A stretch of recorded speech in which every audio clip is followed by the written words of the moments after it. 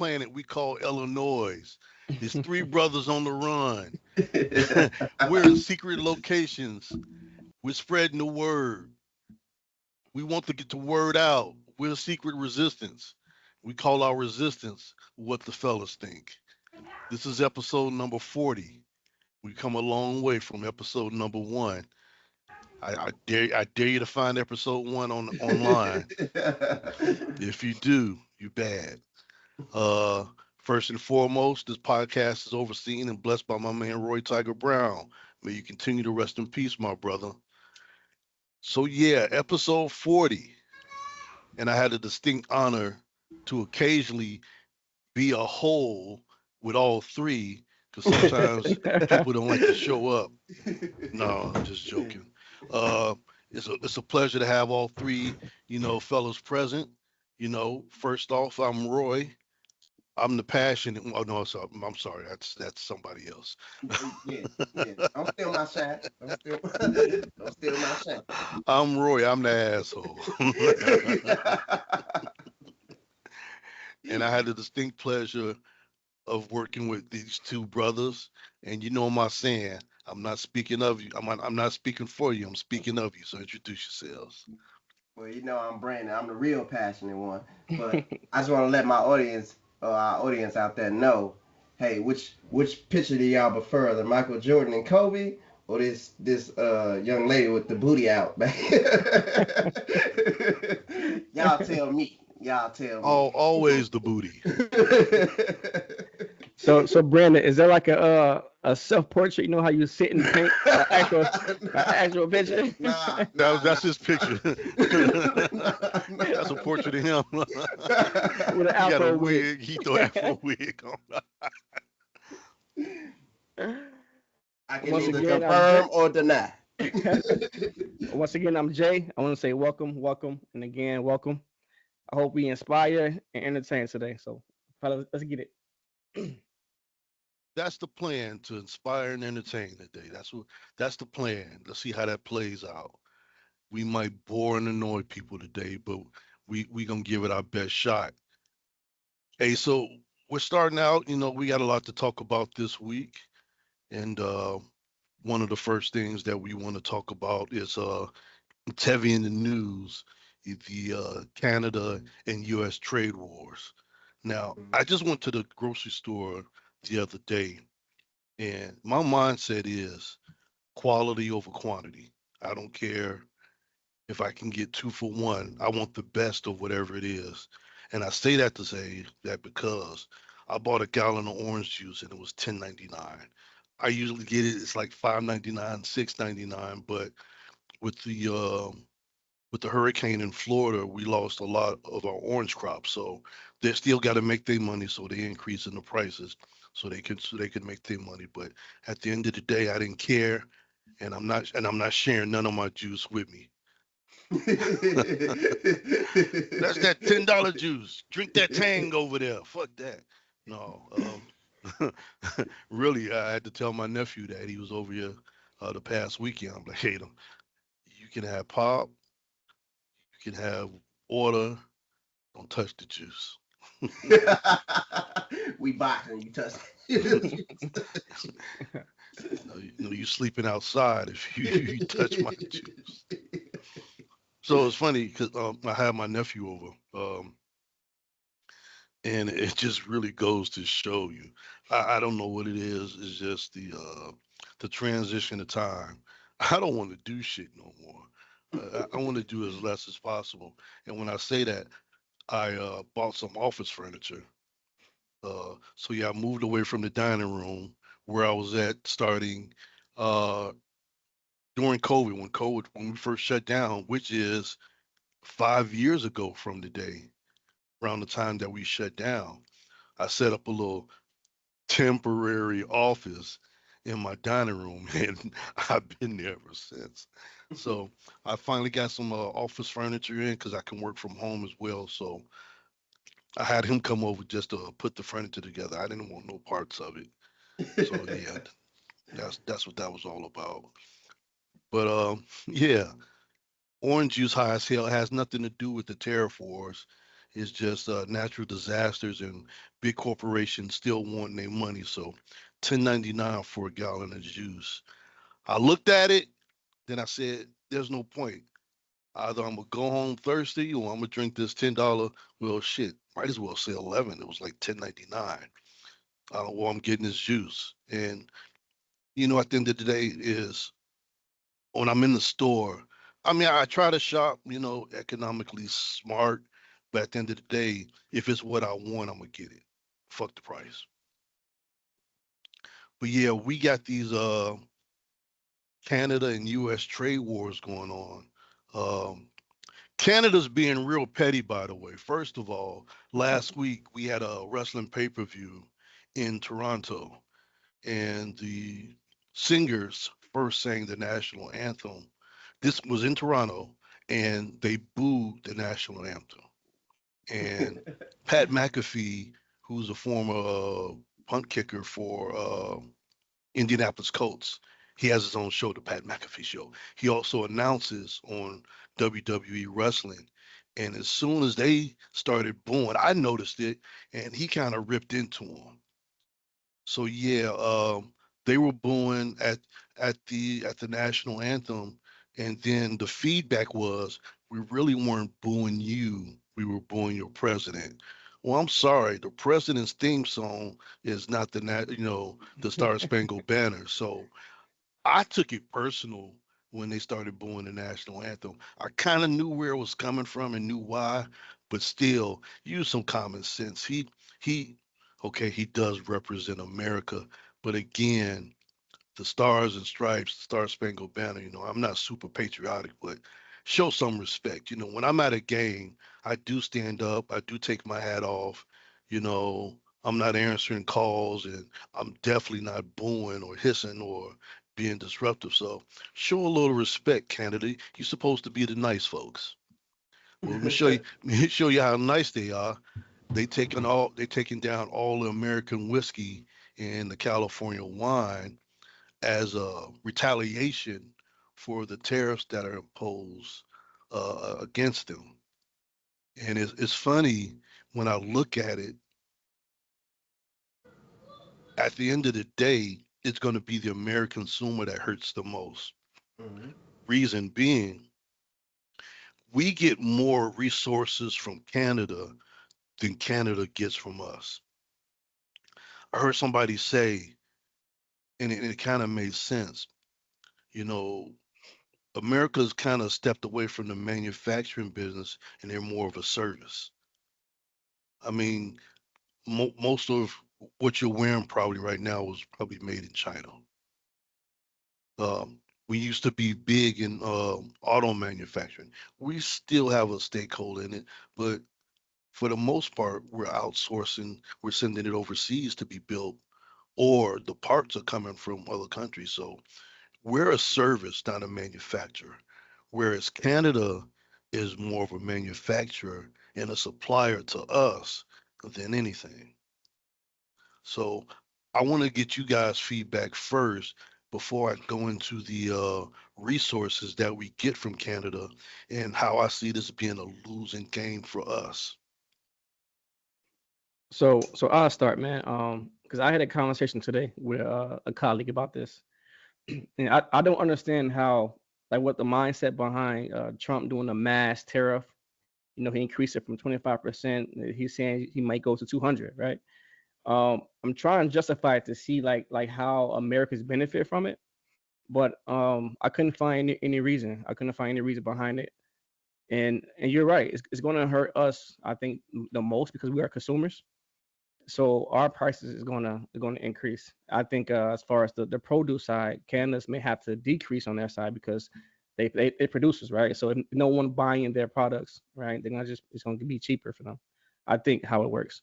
But I want to get more feedback from Brandon as well to see like because I really spoke to a colleague and we couldn't figure out if is there a book that Trump is looking at, I'm to see like, okay, if we put tariffs on Canada for the produce, can we get that from somewhere else? You know what I mean? Because even though in the quick and instantly, like you may save money initially because you're not paying for that, but you have to go get it elsewhere, right? So I don't know if they're looking at that to say, okay, we're going to tax Canada to have them come to the table, make an agreement.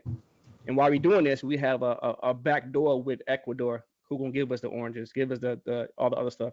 We don't know how it's unfolding, and we won't know until more likely midterm. Because as you guys know, Trump only have until midterms to turn everything around. Because if it's still bad by then, he can consider any Republicans winning again for the following like years to come, right? So this this midterm for him is very vital, and I think that's why he's pushing everything early, so he can renege on it come year two. You know what I mean? Because he has to show some improvement with the economy within 2 years. It just makes sense. He has to, because if he don't, it's over for him. Well, I just think, and just so we have perspective on it, Canada makes up roughly 3.5% of our GDP. So they are flat to us in terms of our economy. But to them, we're a big portion of their economy. We're 43% of their GDP. So that's a big portion. So I get he can make this, but some people, not all of us, but some of us are going to suffer more than others. The people that live in these states where they provide energy to, Minnesota and all that, they provide energy to these areas. Those rates could go up. Those products to the closer areas could go up. So they're going to suffer more than us, but we are going to feel it. All of us are going to feel it because they got to make their money. But and back and forth, all this. I feel like that's why last episode I said this was a bluff. He wants them to do some type of agreement. But who made the first agreement? Trump. So that's the thing. And he sits on the agreement saying it's a horrible deal, but you made the deal. In 2018, you made the deal that is currently in place between Canada and the US. You made the deal. And now it's like, just like I say about the promise that the U.S. made, you reneging on everything, and now you making them suffer. So I get and I'm not as patriotic either when it comes to the national anthem, but I get them booing because it's fucked up because their lives are gonna be massively infected by this than more than us. Even though we're gonna suffer too, because we have our stock market already pulling out $1.7 trillion in deficit. That's a lot of damn money. People invest. Excuse me. People invest, and their savings are some people's savings are tied up in that, and that's a lot of money coming out of the system. So, and their news, their positive news, that inflation went down 0.2%, which ain't shit, by the way. I'm just gonna say that. But it's the first decrease in 4 years that they've had. But for people who don't understand inflation, it's a cumulative effect. So just like your raise based off of your salary that you get every year, it's cumulative. It's constantly adding the inflation rate. So it's never gonna be something that's beneficial to us just because you went down 0.2%. That's their positive news they putting out, but they ain't talking about all the other bullshit that it went up. The cereal that went up. Me and my wife, we went 2 weeks ago to buy 2 boxes of cereal, and guess the price that we spent 15. $15 for 2 boxes of fucking cereal. That's crazy. Eggs. Some places have eggs at $18. Well, the price of eggs is going down a little bit. Yeah, But so I'm curious to know what brand of cereal was it that you bought? Apple Jacks. Hmm. That's what you get for buying that bullshit. I'm sorry, Debo over there ain't happy with Apple Jacks. You know what? I've never had Apple Jacks. Oh, you missing out, fella. You missing out. I've never in my life had Apple Jacks, and the fact that I don't drink regular milk anymore, It's been years since I've had cereal. I think I've grown out of the cereal phase. I used to love me some Captain Crunch or some Frosted Flakes, or hell, even Raisin Bran, but I've never had Apple Jacks. We got to get you schooled on Apple Jacks, fella. I hope you have Frosted Flakes over there now. If not, we got to take your car. You ain't black. No, no, I ain't got no cereal. I eat oatmeal now. That's my Okay. in place of that.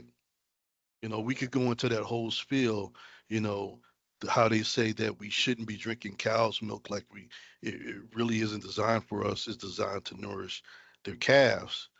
But at the same time, I don't know. I just got into almond milk and I just can't bring myself to pour almond milk into cereal. So I just don't eat cereal. Well, the milk here ain't really milk. It's kind of watered down. Really, like if you get whole milk, truly whole milk, you'll taste the difference. Like You between the got milk here. you got that government powdered milk, you add water.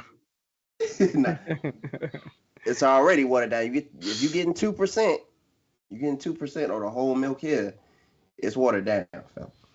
But that's another subject. Another subject. So yeah, let's go into right quick some of the resources that we get from Canada. Let's start with energy resources. Canada's a major supplier of crude oil, natural gas, and electricity to the US, with Canada's energy exports accounting for a significant portion of all merchandise exports to the US. Uh, Motor vehicles and parts. A substantial portion of Canada's exports to the US consist of cars, trucks, and related parts and accessories. I didn't know that.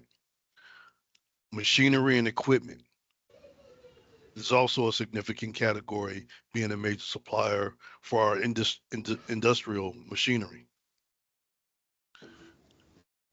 There's a lot of metals and minerals that Canada supplies to the US as well.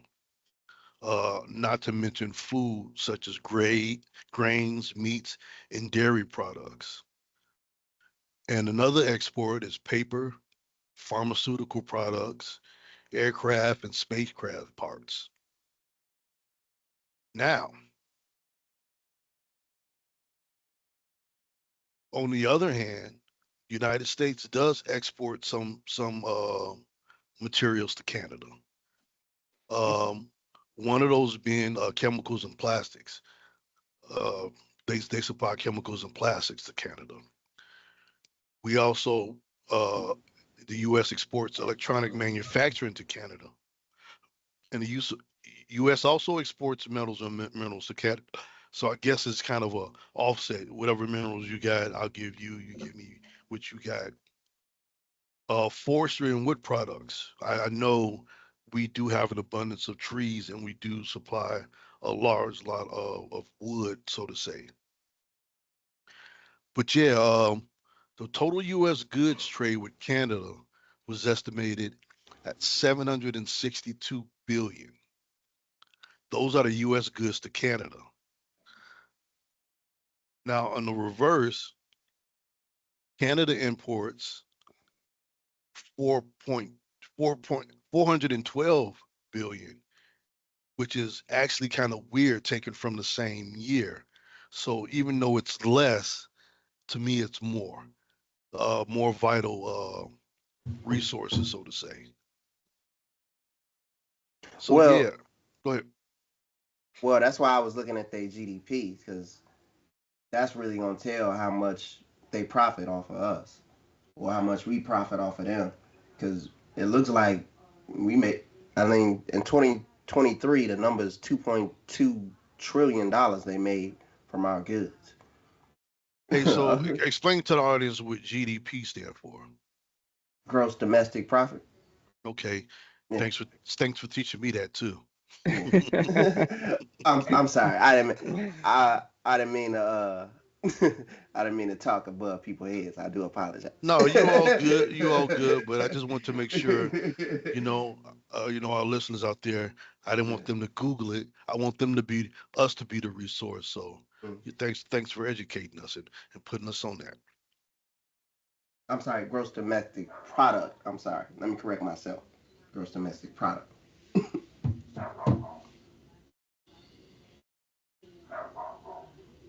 All right, so next in the news, there's a story that Brandon brought up, a subject he brought up. Uh, three military officials giving secrets away to China. Would you tell Yeah, us some more about that, Brandon? this is crazy. The uh, I forget how to say his name, but the man that Donald Trump appointed in less than a when he's less than a month of being in his position, he's already arrested two military officials. And let me get their names correctly because they do sound like Chinese names. So I'm please if I offend anybody, I do apologize. Let me get their names correct. Uh, Jin Zhao. Hopefully, I'm saying this correctly. He's an Okay. active duty. He was in Washington when he was arrested. Now that he's accused of stealing hard drives and a government computer with intent to sell to China for espionage. And his payment that he supposedly received was $15,000 for this. And the other second active duty one, he was actually stationed on base, Lewis McCoy, and he was saying for share or accused of sharing classified military information as well. And I just think my I think this is crazy though, and I'm sure these are not the only two by the way. And I'm not trying to say like it's a big whole conspiracy going on, but Mhm. I'm No. sure. Um, so there was a TV show on back. I forgot the name. Oh, it's called The Americans, I believe. Basically, it was two Russian spies, and they lived, amongst the people. They had jobs. One was a travel agent. I forgot what the other one did. And so it's not far-fetched to think that we have sleepers, so to say, here in the United States. Being that it was so easy to come here and get jobs, being the land of opportunity, we probably let a few bad apples in. So there's probably, from different countries, different sleepers, trying to acquire information or send information back, acquire information about our government infrastructure and so forth, and sending it back to their country, for intelligence. So it's not a conspiracy theory. I truly believe there are a lot of undercovers here in the States. Not to mention traitors, people that's born here in Yeah. America. And this is not something new. There's a gentleman being held in the Supermax in Colorado, the Supermax prison where all the big names go. He was selling American citizen, and he was selling military secrets to the Russians. So yeah, you can't put a price on loyalty. Yeah. Hey, speaking of that, Elroy, I know I heard Brandon say espionage, but what's treason? Is that like a fine line between treason and espionage? Because according to what I'm seeing, treason is more so like it says enemy, right? So I wouldn't say Russia or China are enemies, but they're definitely opposition, you know. Right. Mhm. So depending on what's on that computer, couldn't that be a fine line between the two? Well, I I would think I'm not holding a dictionary in front of me, but I would think espionage is, if you look up the definition, is probably spying. But for treason, you're providing a known enemy with vital information. So So government documents, anything, you said. yes, yeah, anything against us that would, weaken our position, you can consider that treason. well, that's what I say because China, technically, we kind of on a tense line of, between enemy and ally. So I mean, that could be considered treason. Because I mean, Yes, I agree. But it could just as well if somebody was from, Budapest, and they were sending information back to Budapest, that would still be considered treason. Stealing our information and supplying another government with, our secrets. That's friendly or not. If the UK, if they got caught doing it, it would be treason. I don't know these gentlemen because no real pictures have been released. I can't tell if they're of foreign descent, but You it don't sounds remember like them? They used to hang out with us that one time. Remember? nah, fella. I'm just saying, the names sound like Chinese names to me. So the But first one does sound like The second one don't. some from Asian. No, oh it, well, al- yeah. it almost sounds like a brother Yeah, that's almost. what I was saying. That's what I was. well, that first one, then Yeah. that boy. But yeah, I just think it's crazy though. I would think in this time everybody would at least somewhat stick together, even though we be at each other's throats over here. But You know what? It's like I'm either patting your back or I'm finding a soft spot to stick the knife in. We can be friends, but at the same time, I'm still going to be leery of you. I'm sure to a certain extent, our allies don't trust us to a certain extent. You, my philosophy is you can never have 100% trust in anything because at that moment, whatever is better for them, if it causes harm to you, then they're gonna be like, so be it. So you could never really trust a person 100%. That's just a you little know, philosophy of mine. you know what movie portrayed that? Since I'll say I'm a movie guru. Uh, Enemy of State, where they were trusting Russia to tell them everything about their scientists and everything, but they were really getting played by one individual to go to war between two countries, and they end up planting a bomb in a football game stadium in a vending machine, and which is kind of a fucked up scene because they got the president out of there but left everybody else in the stadium like blew up. But it showed how they was too trusting for this project, and they end up getting screwed around, and people end up dying. There's another good TV. It's a TV show. It's called Zero Day. It's similar to that, but the enemy's actually within. So it's actually American citizens who planning all this chaos. Which, hey, that is a good thing. I don't know if anybody out here trying to be inspired terrorists, but If you but want to overthrow the government, but that is a hell of a way to attack us. Is shut the power off, basically. Shut the power off. That's a hell of a way to attack us. You can't do nothing. Can't do nothing. exactly. Oh, man. that's, that's crazy. Not to inspire some terrorists out there. I know y'all on the edge. Nah, we Well, ain't no, trying. that's why they got those electric magnetic pulse, those EMPs. It takes out everything electronic, makes it useless. Just think if an EMP went off in your home. Let's start with your cell phones. Cell phones are gone. TV's gone. iPads, all that stuff. Your cars nowadays, every one of them got a damn microchip in them for some reason or another. So you release an EMP, you can render a person pretty much helpless. Uh, Filtering systems, they're run by electronics. It's endless. So yeah, you take away power, you lose the power. There's a saying to that though.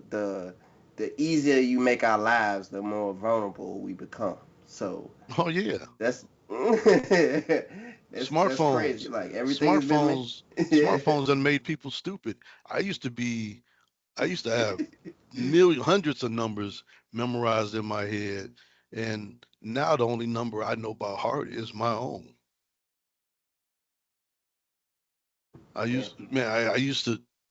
I used to get dial with no problem, but now if I don't have my phone, and if it's not saved in my phone, I don't know the number. You're not the only one. I only know two people know. that's, that's that's another thing too. How many ways do you know to get to work? I only know two. Which is crazy. So And I only live 20 minutes from my job, by the way. So when I used to work in Mount Prospect, when I lived on the south side, I would try to find a new way home every day because the pipeline was taking 90 home, and certain days, especially on a Friday in the summer, it's a brutal ride. So I would just make fun of it by trying to find different ways home. But now I think I know about three ways home or to work.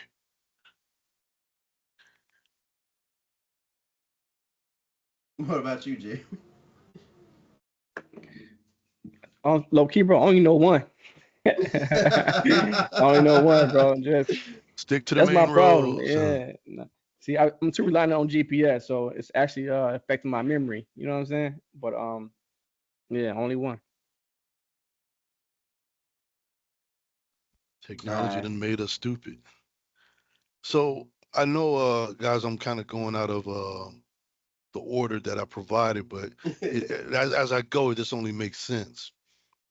Uh, there was during the coronavirus epidemic, there was also the George Floyd incident, Mm. where a man was basically killed by police, by asphyxiation. I want to say, they had their knee on the back of his head. He couldn't breathe, and he died.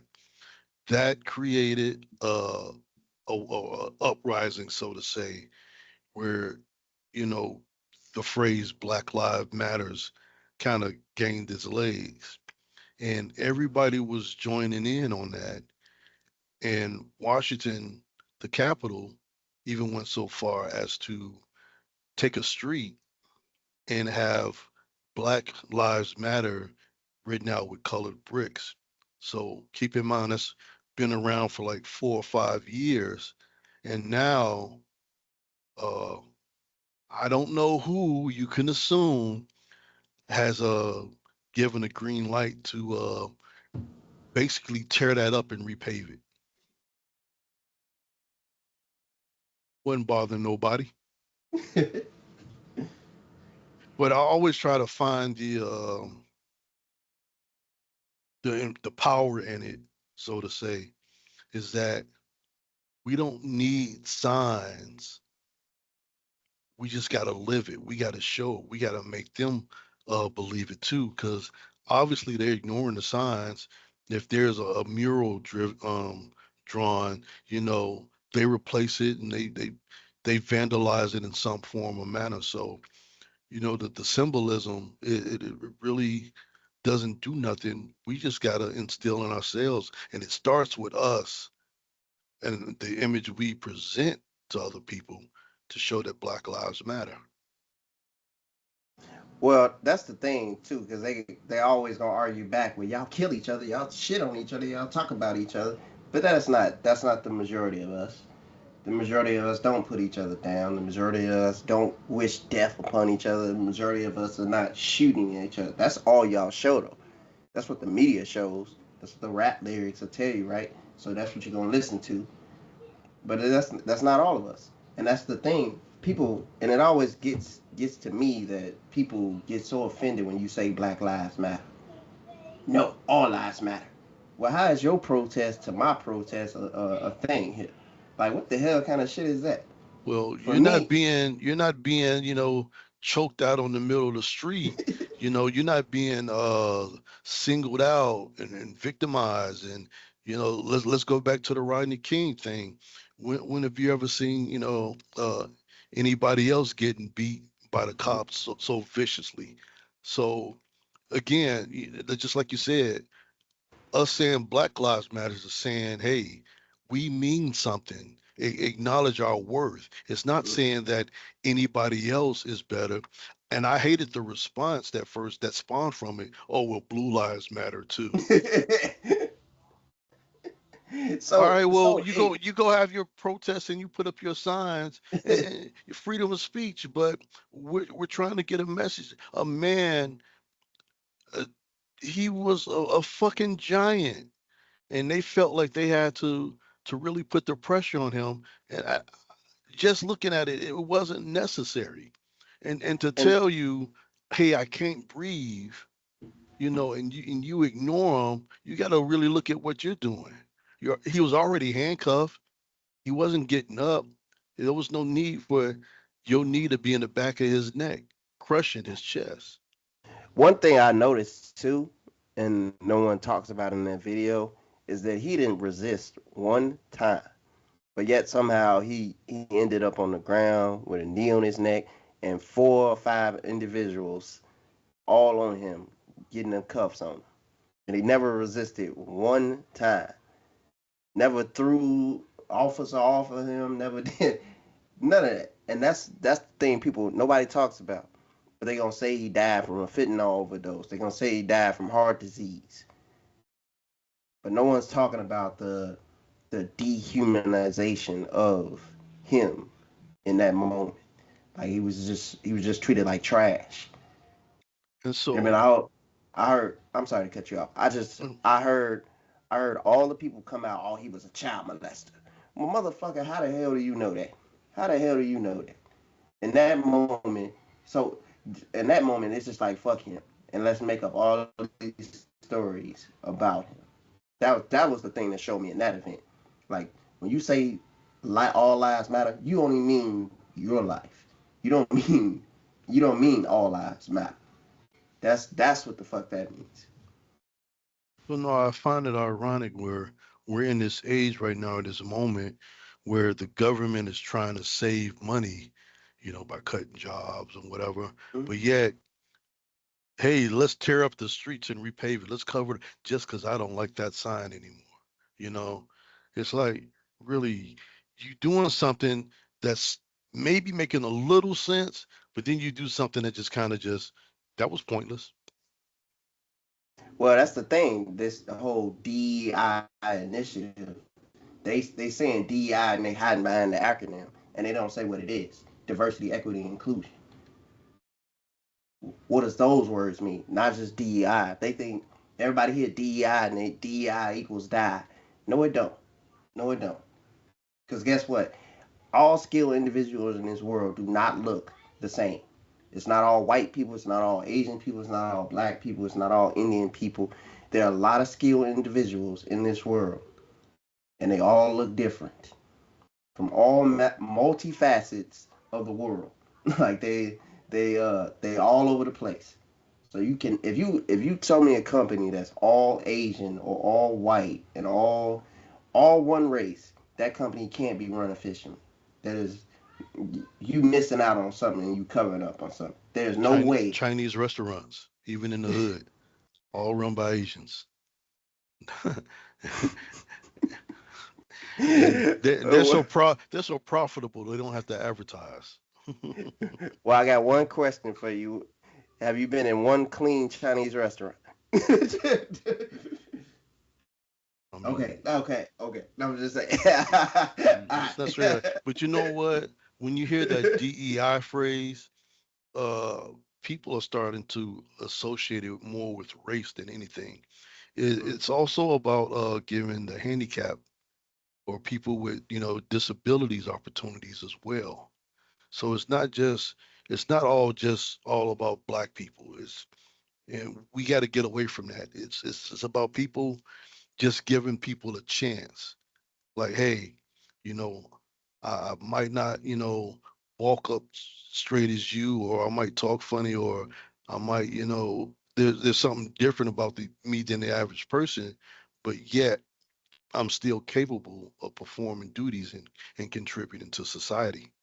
So what's going to happen now if DEI is really flushed out, then they're going to look at,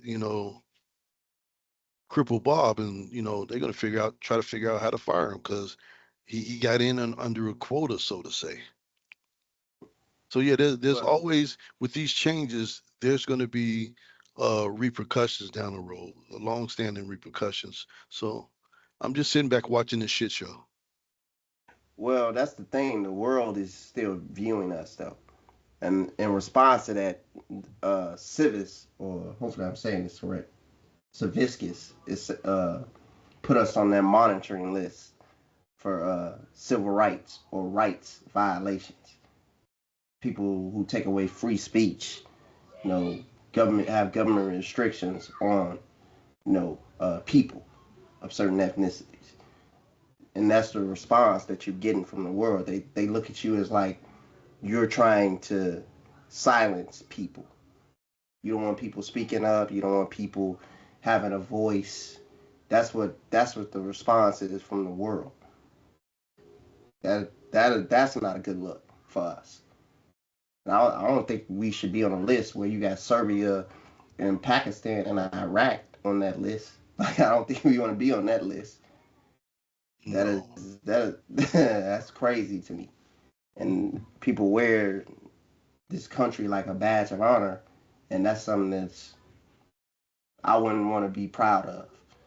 But I'm sure it's gonna be still some people that's proud of this, and they say all the vitriol comes from the Democratic Party or the left the left extremists.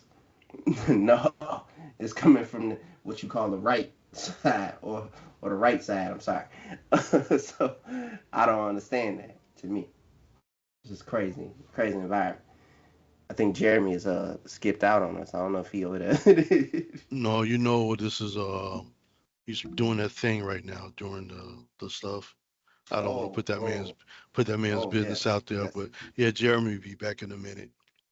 yes. But in the meantime, we're gonna keep moving on and move into the world of entertainment. You know, a few more names are being dragged into association with Diddy, and new to the list is Odell Beckham and Drewski. They're excuse me, they're in the guilty by association group, which again, I mean, if they're just being mentioned because they were at his parties, you know what? Hell, if I'd have had the opportunity, I'd have been at a Diddy party too, just to check it out. And just because they was at, a Diddy party, don't mean they did the Diddy things. Sometimes, you just there to be there. There's a chance they were involved in some of that stuff, and there's a chance you weren't. But it just seems like right now, nobody wants to admit that they've been to a Diddy party. I just think it's crazy to me. Well, Amber Rose did admit she was at a Diddy party, and she's seen none of the events that they described. So, I mean, Well, I don't understand. she wasn't invited to the red room. That's why, hey, you don't tell, hey, everybody, we finna go in the back with all this baby oil and these underage girls that I flew in. You know, and not everybody was invited to the party. Well, that's the thing, though. All these celebrities come out and say, "I've never seen this at the party." So either they lied or somebody else lied, and that's the thing. I don't know. It feels like a big uh, what is it called? Where you see an illusion, a big illusion going on in front of. Smoking mirrors. Uh, what is it called? When you're in the desert and you hallucinate. What is it called? Mirage. It's called mirage. Mirage. Yeah, you see it. You see that. That's what I feel like is going on because we really don't know the truth. It's just like you just spitting out stuff, like Come the on, baby, man. the You baby you oil. The, those. He even admitted to the freak off. He didn't say what happens at a freak off, but he's admitted that the freak off exists. I believe it. well, that's what I'm saying. How do you really know that the baby oil had a hallucinogenics in it, and you were like drugging these people and all this stuff? I just don't. I don't know. Wait, It wait, just I didn't seems hear that. They were putting drugs in the baby oil. that's why they supposedly that's why they confiscated the 1,000 bottles of baby oil or whatever. Hmm. Yeah, Shit, I thought if they there's wanted to evidence. get loose, it had been in their drinks. Yeah, it's a lot of it's a lot of stuff that comes out about this that just it don't sound right to me. That's why Hmm. I'm saying it just don't sound right to me. Now, now what doesn't look great for Diddy is that a lawyer is citing I can no longer represent you in good faith. So he must have seen something that's just like Well, nah, I can't tell. he just realized that he's been to a couple of those Diddy parties, so it'd be best for him not to be involved. So he's stepping away. Yeah, But but yeah, what does that say about you? You know, being right or wrong when your lawyer steps away, like, man, I don't want to fuck with this. I'm not touching it. I'm not touching it. That's the only thing I say is truly like damning for him, because it's like, hold on now, you seeing stuff that we ain't seeing as an audience. We ain't seeing. You seeing stuff. So if you saying, nah, I can't do this. I can't do this. He saw some Some. video footage, and his daughter was at one of those Diddy parties. He was like, "Oh, I'll fuck this motherfucker up." Well, hey, I'm sure a lot of people was at those Diddy parties, and the Odell Beckham been getting the rumors for years that he's been, you know, homosexual and all this stuff. Even Dwight Howard's gotten that. So I just don't know. I feel like they're just throwing names in the hat and just picking out whoever they want. Now, even Drewski has been like accused of that before, so they just throwing his name in the hat.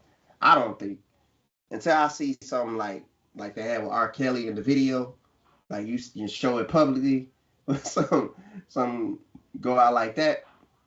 I don't believe You know, I don't know. Diddy might reenact that scene from New Jack City, where he's like, "If I'm going down, I'm taking everybody with me. I got a list of names.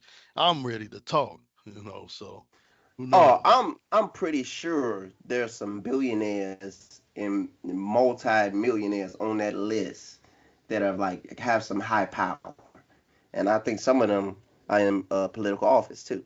So, Well, there were a bunch of CEOs that stepped down.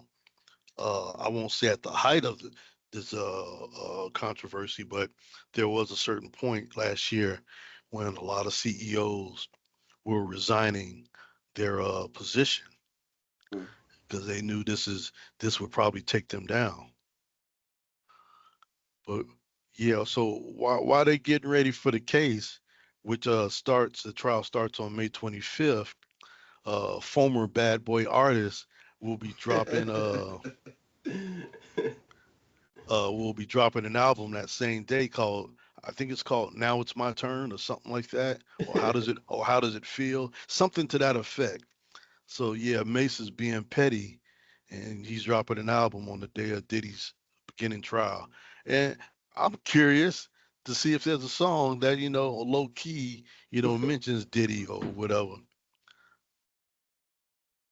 But That's just being 50 Cent level of petty. Like, that's just eh, being petty. you can't get no That's pettier than being 50 Cent. petty. That's just oh man. I just it's like him buying the halfway house from Big Meech. Yeah, He he you said just now that nigga gotta pay me rent. it's just like I don't know. I feel like Mason's trying to be petty in a way with that. Oh yeah, of Yeah, course. just Or just publicity, to get some shine and promotion for his album. It's like, yeah, today the Diddy trial. Wait a minute, Mace album come out too. So yeah, it has the dollar sign potentials lurking behind it. I don't think that's a good business move anyway. Cause who gonna be like, yeah, let me go get that Mace out. I think you should do the normal I don't promotion. I don't think nobody's ever said that. Let me go get that Mace out. That's what I'm saying. No, So baby, like, get why off of don't you me. I just? gotta go get that Mace album. Not tonight. I That's what gotta I save say. my energy for the Mace Do album. the normal promotion like everybody else. Drop a couple videos. Release some hot songs, and then have people interested in your album, so you can get the streams and all that. But don't just do it on Diddy trial because you petty. Yeah. You gonna be like Fat Joe and when he dropped what was the damn album? I forget, but it sold like 800, 8,400 copies, and it was like his lowest selling and not the shit on Fat Joe. I'm just saying. It So, went double lead. yeah, yeah. So I'm like, do the normal promotion, man. Do the normal promotion. You see, I thought Mace was the good guy. Like this entire this thing, like I have a different viewpoint of Mace right now. I think he, you know what I'm saying, like he really a bad boy. Like he not really no, but I thought his image always been good, right? It's always been like he was calm, he's the R&B, he's laid back. But for him to Uh, like to make profit off somebody down for, bro, I don't like that. I don't like it. hey, you must ain't heard about the Mase story in the hotel with all them gangsters was on his Nah, on his I heel. ain't- nah. Mace ain't always been the good guy. Yeah. Well, his Yes or name no? it used to be Murder Mace. Oh, So straight. yeah, and you know he hangs out with Cameron on their podcast. It is what it is. So Yeah. Mace be co-signing on Cameron's antics, and every now and then he'll jump in and do some old petty shit too. So yeah, he got Mace got some petty in him. And Dang. speaking of petty, so it's been reported, been quoted by R. Kelly that he's wrote 25 albums worth of material, and I was like, okay, first of all, I don't believe that because he can't read and write. So what is it like? What the It's stick figures, you know, whoa. acting out the words or some shit like the caveman used to write on walls and shit. And secondly, this is a quote from Kanye. He said, "When R. Kelly gets out of jail, I would be more than happy to produce his first album, and he should call it 'I'm Pissed Off.'"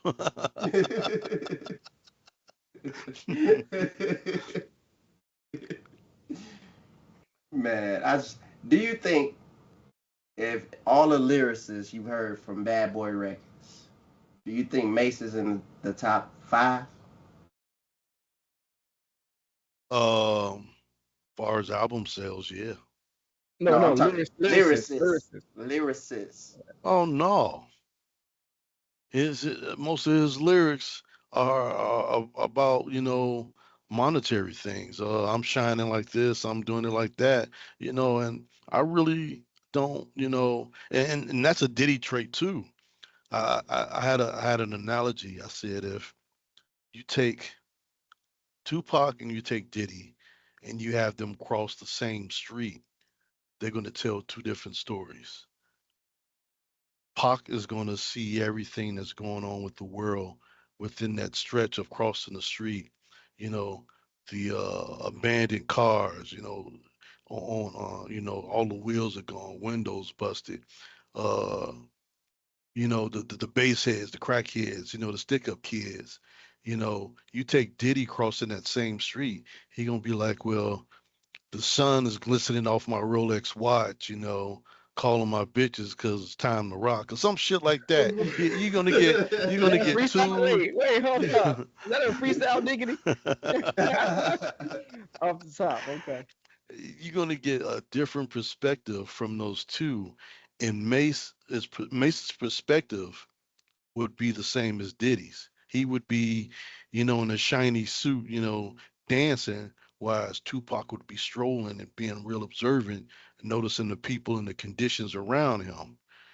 Probably comparing it to 2 blocks up the street where, there's no broken bottles and the street lights actually work. So yeah, two different kinds, two different perspectives. Um, I was gonna say I don't own a Diddy album, but that would be a lie. I do get Puff Diddy and the Family, the album after Biggie died. I think that was a banger because it was mostly, it wasn't just him. It was it was the Locks, it was Biggie, it was Busta Rhymes. Um, yeah, the Puffy introduced that shiny shit. Why you say it like that? Why you say it like that? He brought that shiny shit on. He said that same shit. Why you say it But like yeah, that, bro? but I'm sure. Well, I say it because it lacks substance. Mm-hmm. I might listen to it, I might know the lyrics, but it's not fulfilling to me because first of all, I don't have a Rolex, I don't have the new Bugatti, and I'm not flying out to Dubai every weekend, so I can't relate. I can relate with Pac. Well, that's the thing though.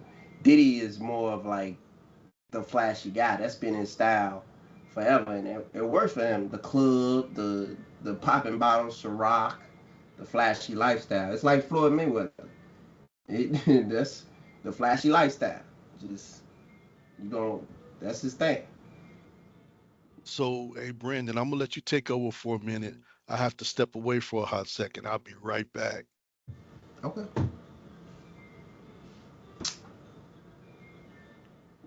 Jeremy, we gonna switch over to the WNBA, which is crazy. Angela Reese is saying if they don't get paid, they all should sit out, or will sit out rather, if they don't get the money they requested, which I think is crazy. I think it's crazy. Now the WNBA only made $200 million this year, Hmm. and it's the first time they've reached numbers that high, and they still in $50 million deficit. So they didn't even turn profit, which is crazy. So for me, I think she's doing this too soon.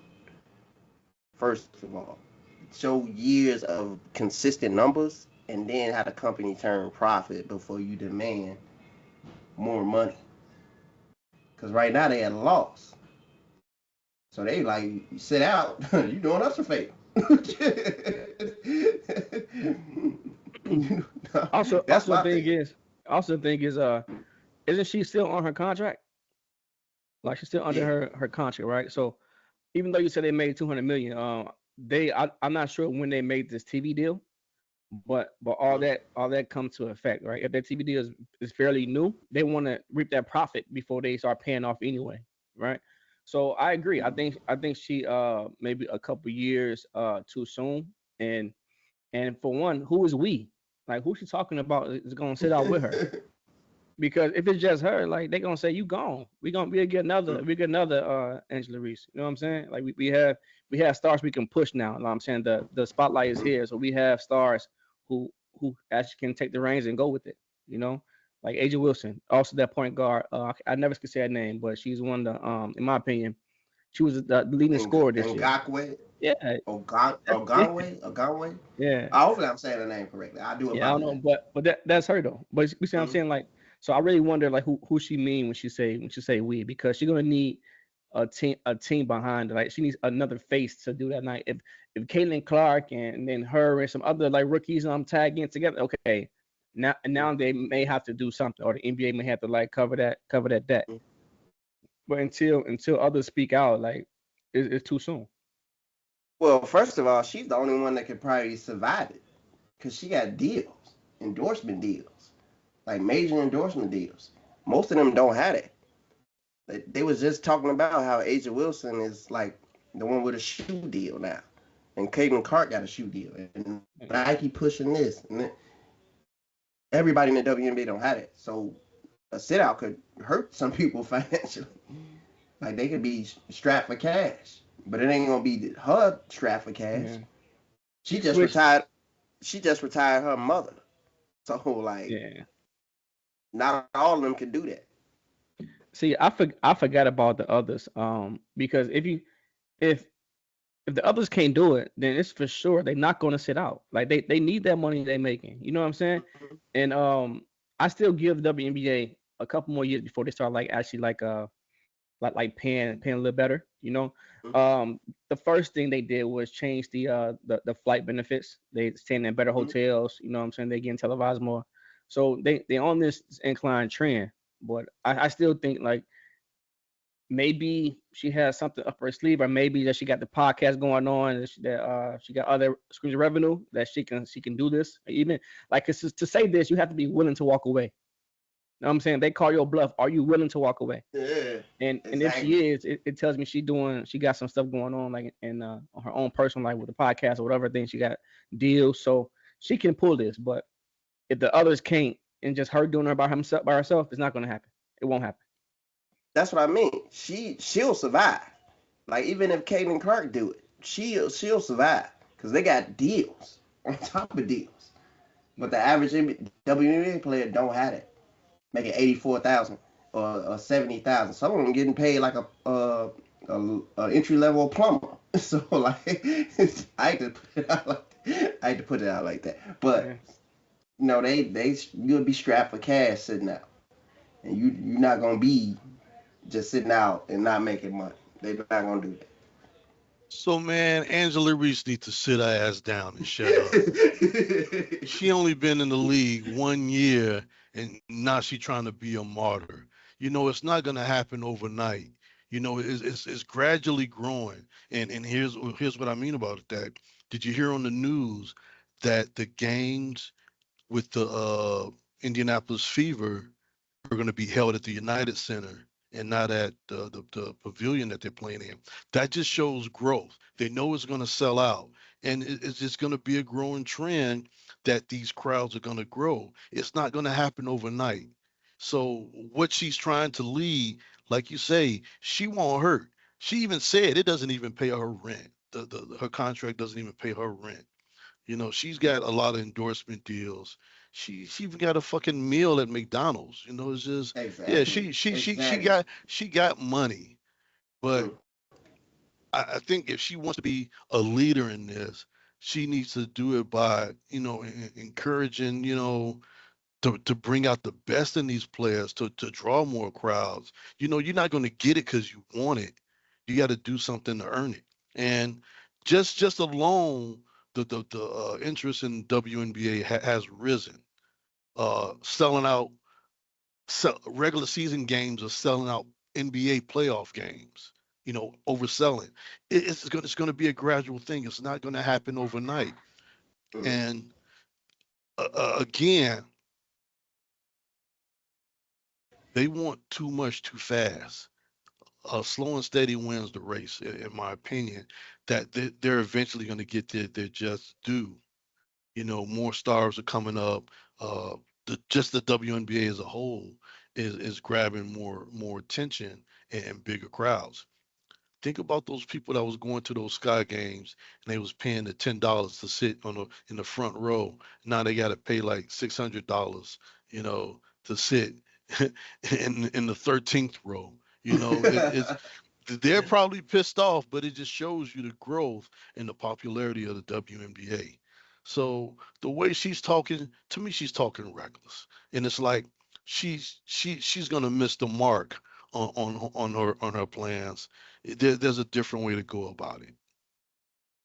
Hey, That's you just my might. opinion. It sounds like you putting her in there with Brittany Griner, man. You ready to? It's on site for Roy. It's on site. No, Angela Reese, Angela Reese will get a spanking. Roy trying to get us canceled. No, uh, I mean, you know what?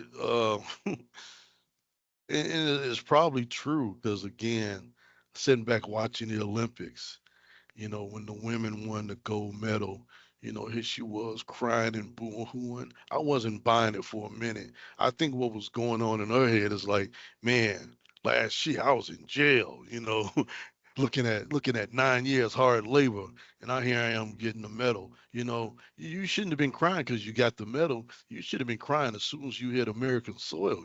You should have literally been kissing the ground. So that stuff, I look at it and not saying that it's not real. I just can't buy into stuff like that. Again, let's look at the obvious point, and I still stand by what I said. A weed head, and it's not a bad thing being called a weed head, but a weed head know when you got weed, and you know how much you got.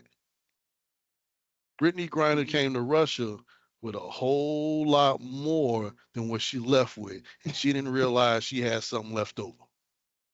And the fact is, she got caught. Again, and I said this, and I remember saying this before in the podcast. We used to travel internationally as well, hell, even domestically. But when I'm packing, I'm like, oh no, I start from scratch. Everything comes out, and I put stuff in there, especially going into a foreign country with something that's considered illegal.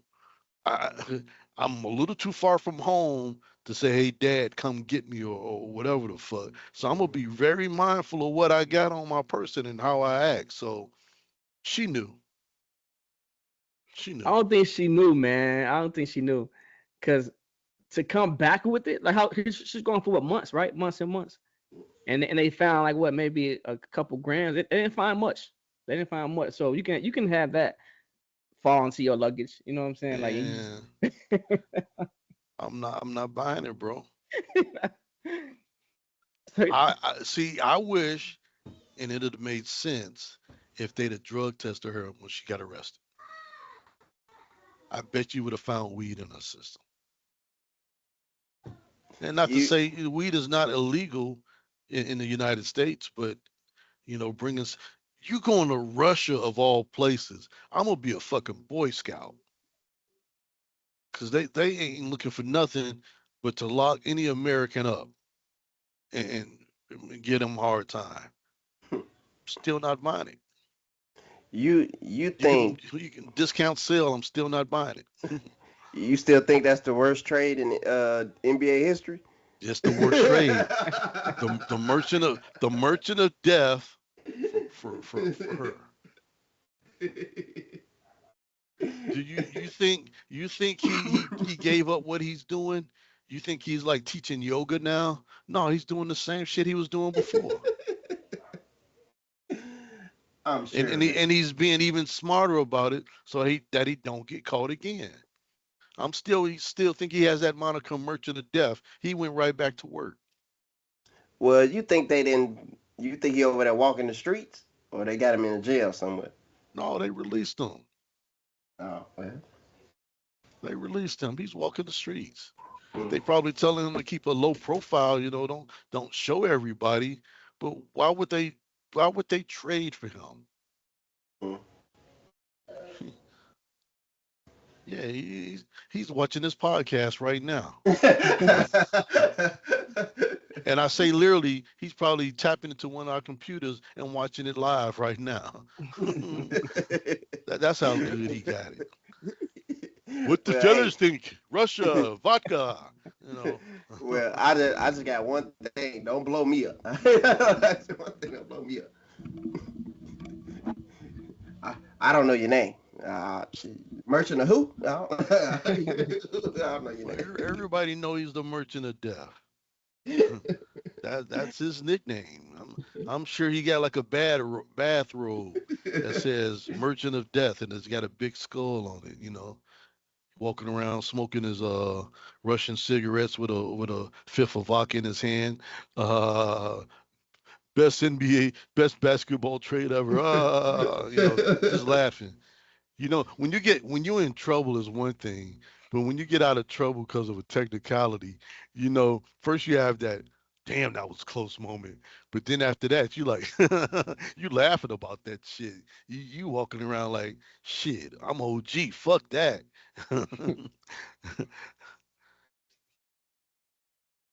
But yeah, they really fought hard for Brittany Griner. And see, you pulled me into it. They really fought hard to free her when there was others over there being treated worse, Mm. and some of them are still over there. Well, if it wasn't highly publicized, yeah. she would have never got released. That's the thing. It wasn't highly publicized because there's other people that ain't famous, like you saying. They still over there getting tortured and everything, just like the gentleman who was in North Korea for stealing the magazine, and he came back over here messed up because they were over here torturing him. Like, and if that wasn't highly publicized, he would have never got released. That's Well, true. again, you don't go to North Korea and steal as an American. No sympathy for stupidity. I mean, let's be real here. you don't Well, go you don't go to North Korea and steal. You don't well, go to North Korea unless you Dennis Rodman. let me say this right now though. Allegedly stealing the magazine because they really didn't give him any fair shake on that. But Yeah, the they thing, rolled it up and put it in his back pocket. They framed yeah, him. North Korea, any country where you only have 23 legal hairstyles because your president has a hairstyle list for him, or your dictator, I should say, have a hairstyle for him, and you can't have none of those, but you can only have these other 23. I don't want to go to that damn country. I don't want to go to that damn country. When it's that serious, when you talking about I can't have my hair because you got this, nah, I don't want to go. I don't want to go. Dennis Rodman take his crazy ass over there if he wants. Right. I ain't going. I ain't going. somebody 5'4" is threatening to kill me because I got a fucking short ass. So no, let me stop. Let me Let's have a moment of silence. This is the last time you'll see Brandon alive. stop. It will be an accident. I'm sorry, okay? I'm sorry. North Korea, y'all need to whip that little short motherfucker. Now, let me stop. Let me stop. Let me stop. I'm sorry. I'm He sorry. double Sorry. down. I'm sorry. I'm sorry. Yes. I'm sorry. I need to get there and whip his ass. Right. Hey, so let's move on to the fun facts. I uh I left my sheet at work, so here I am the second week again without fun facts. But I do have a fun fact for you. I find Brandon's fun facts very fun and very Here you enlightening. go. I'm just grabbing for straws right there. uh, I only thought it'd be nice because you did bring up the Black Lives Matters mirror being torn up. So I wanted to make my fun facts about Black Lives Matter. So just a few facts about it. It was the largest on record, the largest movement in U.S. history. It was roughly 26 million people involved in that movement. Protesting every day. It spread outside of the U.S. It was so massive. You know, countries in the UK or people in the UK were marching as well. So it was definitely, a powerful movement. And it all started from a hashtag on social media too. But I did not like how it went from a hashtag to they turned it into a gang, like it was the KKK. But that's another story for another day with how the media moves out here. But those are very, you know, promising things right there. If we come together, we can be strong. And then it'll go into my affirmations later on too as well. But those are my two fun facts there. Yeah.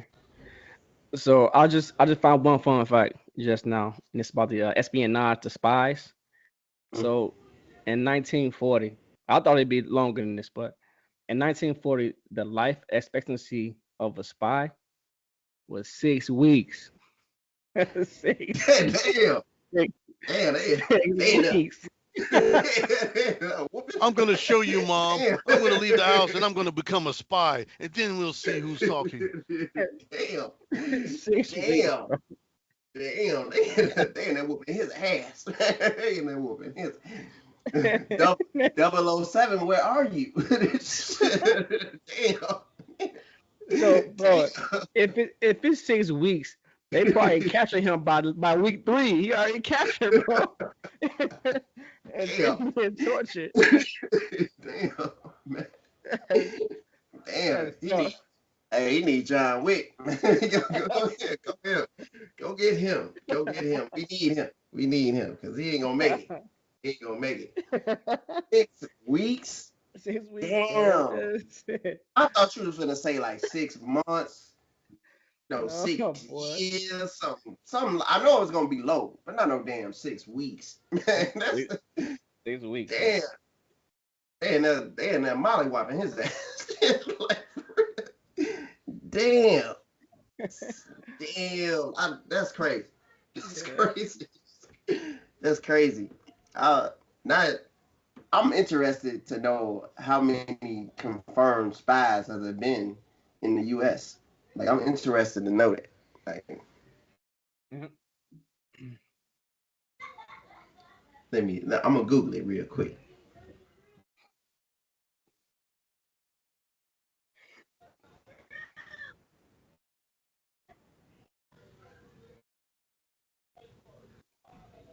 You trying to find what now?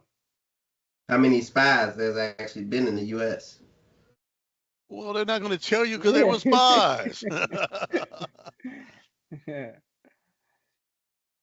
You're wrong. You're wrong. See, there's been 8 confirmed spies from 1940 all the way into the 2020s.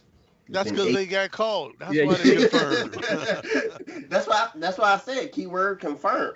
Confirm. Confirm. Of course, if it ain't confirmed, of course I ain't gonna know. But now it's eight. Now it's eight confirmed. Which really, there's eight people that were terrible at their job. Not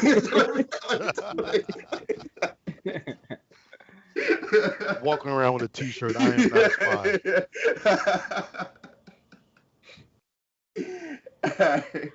Before we go into our affirmations, I think we got to go into No, the gym. yeah. So yeah, we going to the gentleman club. I'm really liking the style OG. The video we showed last week. Uh, things that you should have by the age 35 really got me doing some research, and I got a whole list of videos to share with him. So without further ado, I'm going to share another one, and it goes a little something like this.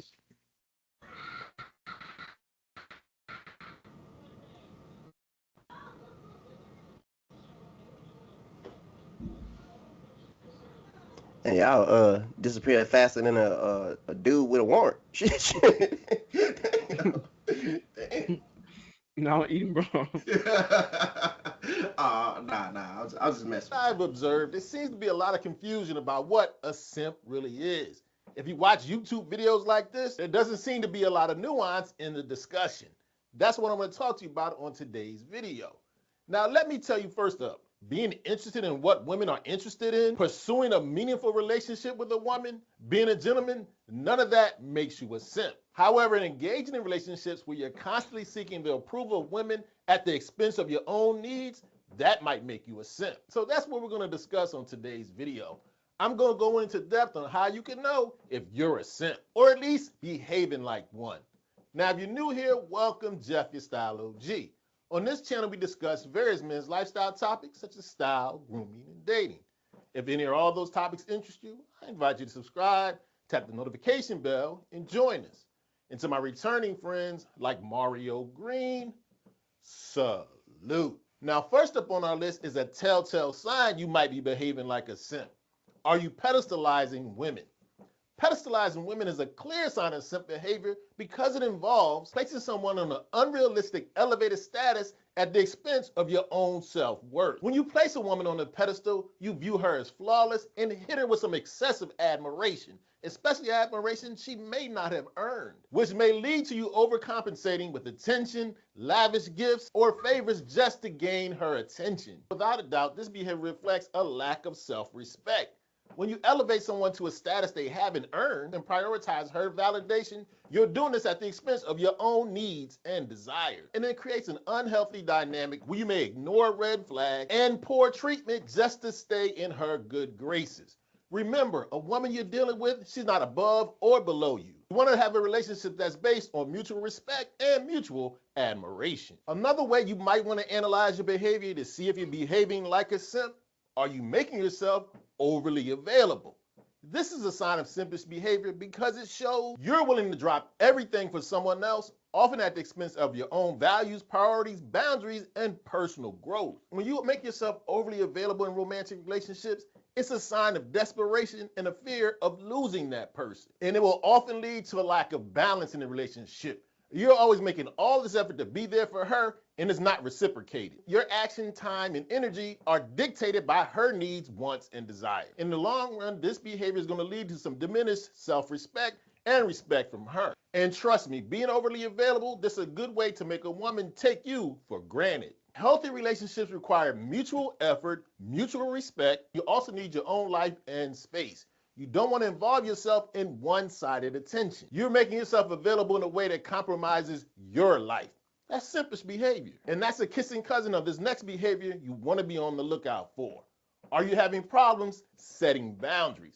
If you don't set boundaries, you might be behaving like a simp because it reflects you may lack self-respect and assertiveness. When you don't set clear limits on what's acceptable behavior from someone else, this allows others to take advantage of your kindness. That's simpish behavior. This can lead to you being overly accommodating and saying yes to things you really don't want to, even when it's inconvenient or detrimental to you. One of the things I say on this channel over and over and over, everybody needs to understand the power of one of the shortest words in the English language.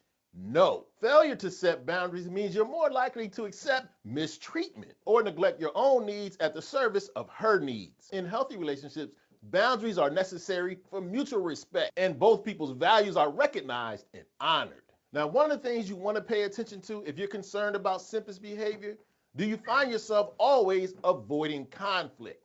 This is a bad sign because it can reflect a fear of standing up for yourself or expressing your true feelings. When you're constantly avoiding disagreements or difficult conversations, what you're doing is you're likely prioritizing comfort over your own well-being. This often results in suppressing your own needs, opinions, desires, and boundaries to avoid upsetting her. Over time, this behavior can cause resentment from you. It's not natural to never have a disagreement, and it leads to you having dissatisfaction and not being your true, authentic, assertive self. Healthy relationships require open communication and occasional conflict to resolve the issue. Avoiding conflict entirely, that's a huge problem. It often comes from a place of insecurity, a lack of self-respect, and self-worth. So if you find yourself avoiding conflict at all costs, you might be behaving like a simp. And that's closely related to the next issue I want you to be paying attention to. Do you find yourself always agreeing with the woman? This is a huge problem because it can reflect a lack of individuality and self-confidence. When you find yourself always agreeing with someone else and it goes against your opinions, personal beliefs, and values, you're prioritizing their approval over your own authenticity. That's a huge problem. And you will find this reflected in your behavior when you find yourself overly eager to please. By never voicing your true opinion or standing up for yourself, you're going to lose self-respect and the respect of her. Trust me, no woman is going to long-term be interested in a pushover. And this can easily create an unbalanced dynamic in a relationship where her needs, thoughts, and opinions are always prioritized over yours. Yes, it's okay to be agreeable, but you don't always have to agree. Another behavior you want to be on the lookout for if you're concerned you're acting like a simp, do you find yourself over apologizing? Now, this is a problem because it often reveals a tendency to take unnecessary blame and you diminish your own self-worth.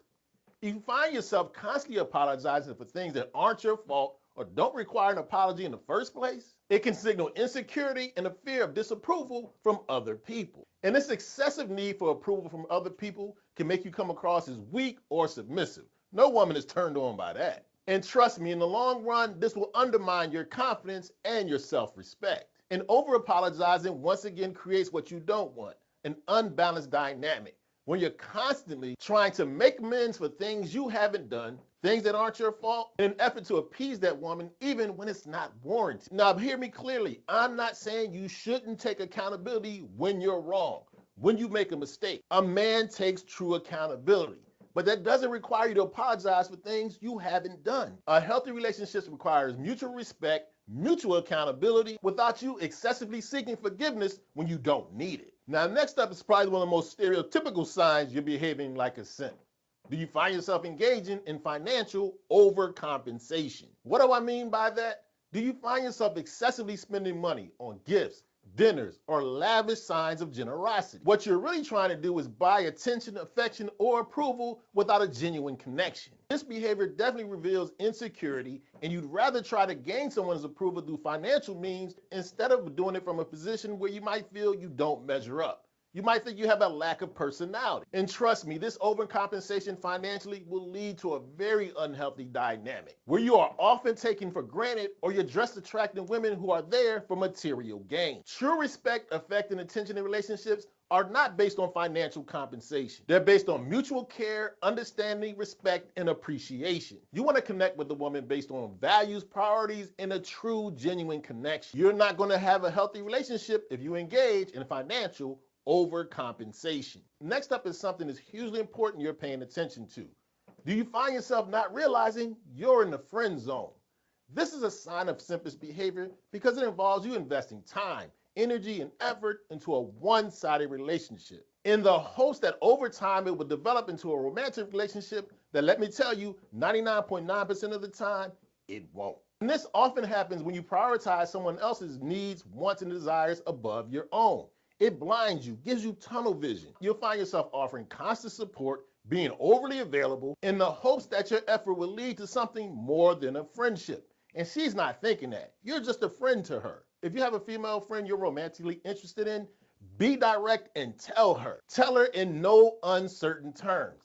And if the feelings aren't mutual, it's time to bounce. Now, one of the character traits that may exhibit itself in simpish behavior, do you have a fear of being alone? This is a problem because it often will drive you to stay in a relationship that's unbalanced, unfulfilling, and unhealthy just so you can avoid being lonely. And I get it. This is a human thing. No one wants to be lonely, but it can lead to behavior like this. You'll find yourself settling for less than you deserve because you're prioritizing company over your self-respect, over your own values, priorities, and well-being. And what often may happen when you have a fear of being alone, you'll tolerate disrespect, neglect, or some emotional unavailability just to say you have somebody, and lead to unhealthy relationship dynamics where you're less than fulfilled. Instead of doing it out of fear of being alone, you want to cultivate a relationship based on mutual respect, care, and admiration. And this will help build up your self-confidence. And this confidence comes from embracing your independence, not fearing it. A lot of what we've been talking about in today's video is a sign of this big problem that leads to simpish behavior. It often comes from a lack of self-confidence. You see, this lack of self-confidence often reveals itself in simpish behavior because you're prioritizing others' needs and, more importantly, their validation at the expense of your own self-respect and worth. When you don't know your own worth, you may feel compelled to go out of your way, to ignore your boundaries and priorities to gain the approval and acceptance of a woman. And this behavior, as we've expressed throughout this video, leads to you being overly accommodating, always deferring to other people, and failing to express your true feelings and opinions. And as I've tried to emphasize throughout this video, this type of behavior creates unhealthy, unbalanced relationship dynamics. And it puts you in a position where your happiness relies on external validation instead of your self-worth. One of the most important things you need to analyze when it comes to considering if you're engaging in simpish behavior, are you realizing you have a lack of self-confidence? Okay, so there you have it. 10 of the best ways to know if you're engaging in simpish behavior. Now do me a favor, let me know in the comment section if there's some simp signs you feel I left out. And if you enjoyed this video and found it informative, I highly recommend you check out a recent video I did about 10 things every guy should eliminate from his life to be more successful. You can check it out right here. You'll be back! Emu can't help people customize. Feedback, gentlemen. Well, I guess I'm a damn simp. Nah, let me I agree with you on some things, but I think in a relationship, you do put each other naturally on a pedestal because you're attracted to that person. So it don't make you a simp just because you're interested in the girl. Like, of course she gonna be above every other girl and not having earned it because you're attracted to her. That's that phase, that honeymoon phase. But as you calm down and mellow out, then y'all, you seeing the real, and then you decide from there. But I don't think that first initial thing makes you a simp. It's only, to me, my definition of a simp is when you start doing the financial gains, like you supporting the lifestyle.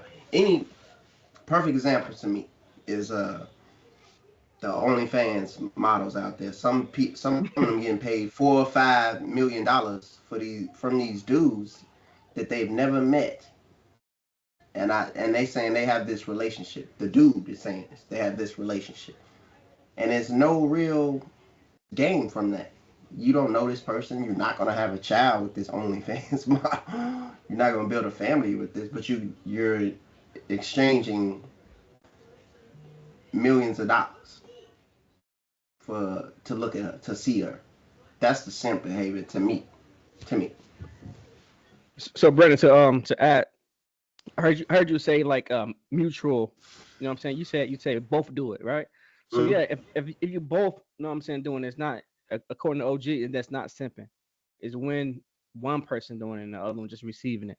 You know, Oh, okay. and Reciprocating. not Okay. reciprocating. Then you Okay. start I getting misunderstood. then you start getting into that. Yeah. So I agree. I don't think I ever been that guy. I never been that guy to just give maybe time, but only for a short period of time, just to try to see if I can finesse it. Well, I had a limit, maybe 3 days. You know what I'm saying? Then I'm out, right? But Um, another Damn. thing, no, This is the of not quiet one, y'all. of not. No, I'm saying like of not getting getting any feedback, any positive. You know Oh, what I'm okay. saying? Vibes. So Okay. you can't just sit there. You say creep. No, I'm just like a creep. But another thing he said, man, like confidence. I think Yeah. confidence is the number one thing.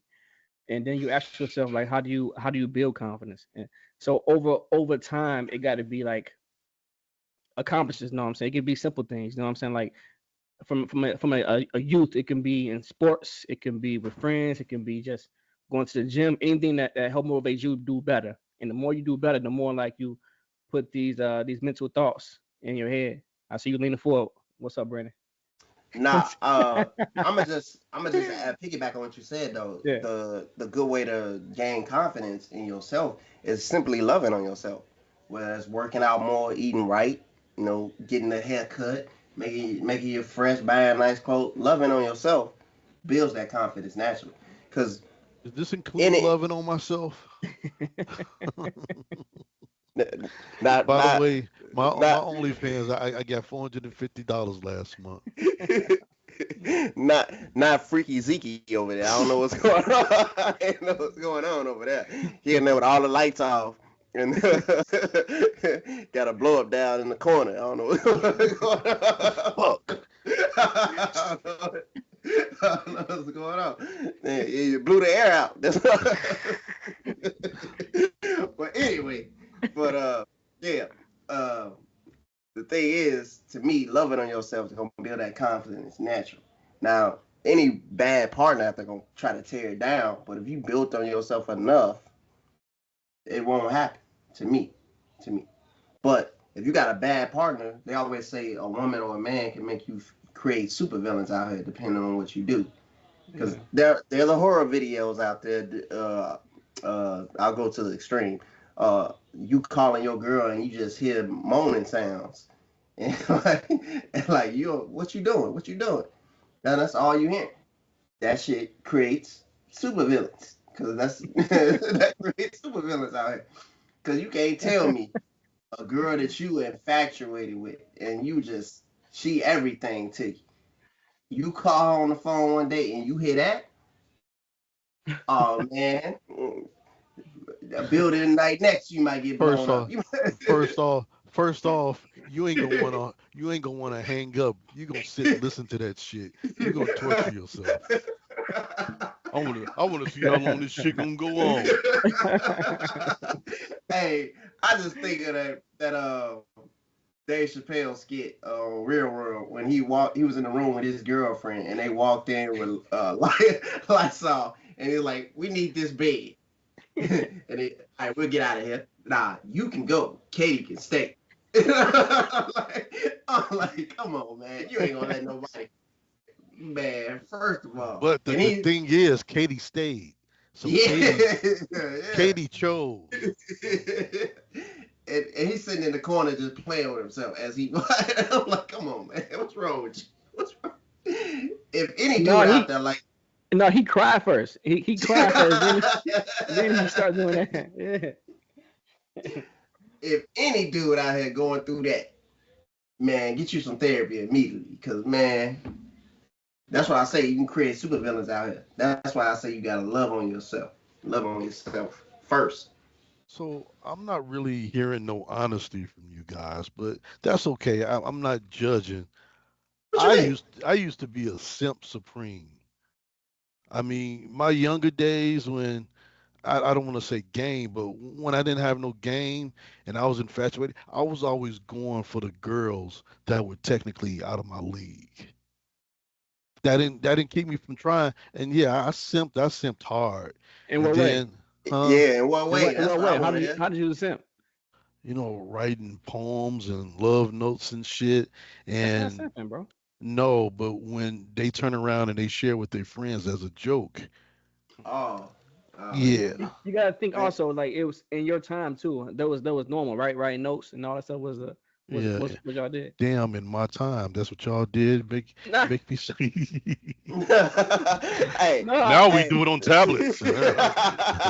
No, um, um, just knowing that she can get anything out of me, like, hey, we finna go to the candy store and I ain't got no money. Oh, here. That See, that okay, that that yeah. was me. That was me. And in return, she probably had a boyfriend or whatever. Yeah, I simped hard when I was younger, and I don't know. I just overnight, I worked it out. I took that S and turned it into a P. So, yeah, to say, I mean, I really can't believe that you just grew up and became a pimp overnight, and not so much a pimp, but not a simp, Yeah. Now, especially wanting somebody. I don't think like it's never happened. Like I'm not saying it never happened to me. Of course, I buy stuff to get a girl's attention, give her flowers, give her a card, remember her birthday type thing. Do something nice for her, and we're not in a relationship. But the thing is, though, it's a fine line between letting someone know how you feel about them and then wanting more than being a simp. To me, a simp is like you'll overindulge in this person at the your own expense. Like, and I mean not just financially, I mean emotionally, uh whether it's your life taking up all your time, you'll overindulge. You're almost borderline stalkerish. Like that's what I mean for simps. Letting someone know you're infatuated by them, you're attracted to them, that's a different thing. And when it's not reciprocated, that's one part of it I don't agree with. Like if it's not reciprocated and you keep doing it, Right. then you're So becoming like the stalkerish simp type behavior. my But like in mentality your was I gotta up my game. This ain't enough. And and it just it took, I mean, from a mustard seed to a great, from an acorn grows a mighty oak. So you don't start out, all wise and everything, and you're not telling everybody. You're figuring this out on your own, but then you slowly start to realize, like, I've been chasing her for 6 months and she's not really giving me the time of day. I don't see her on the weekend or whatever the fuck. And then, you just start, first you become aware, but you still continue to exhibit that behavior. And then it's just like, fuck, and then it gets to the point where you see it and you can stop it a mile away. Like, you know what? Girl, miss me with that bullshit. I remember back in my day. Uh, no, so it was in the 90s. So I will say that. So, you guys were probably running around watching Sesame Street, whatever the fuck. But I was in 92, I was 18 years old. So let's start with that. But I ran I was into a getting girl my from, diaper changed. I ran into, I reconnected with a girl from high school that was kind of like a crush, but I never really pursued it or whatever. So I go to see her and I pull up. The first thing she says to me, she says, Elroy, can you give me some money so I can get my kids' clothes out of the layaway? I looked at her like, fuck. I'm like, Here, here. Yeah. fuck. Second time this week. I said, shit, what about your kid's father? Uh, I don't want to ask him for shit. And you gonna ask me? Fuck that. I mean, and the conversation could have went longer. Like, okay, what type of repayment plan you gonna give me? But no, I nit that shit at the bud right then and there. Yeah, you just, like, hey, I'm a pimp now. Yeah.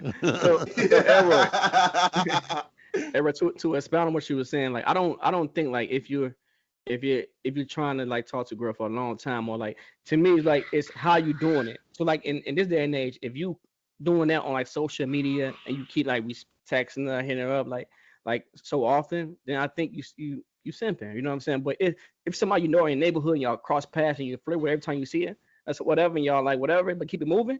I don't think you were sipping for that. No, that You know that what I'm wasn't saying? simp. No, it's not simping.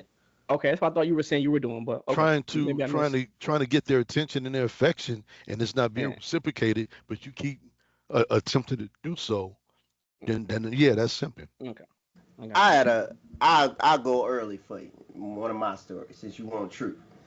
I'll I'll tell you. In high school, this is probably my junior year. I believe my junior senior year.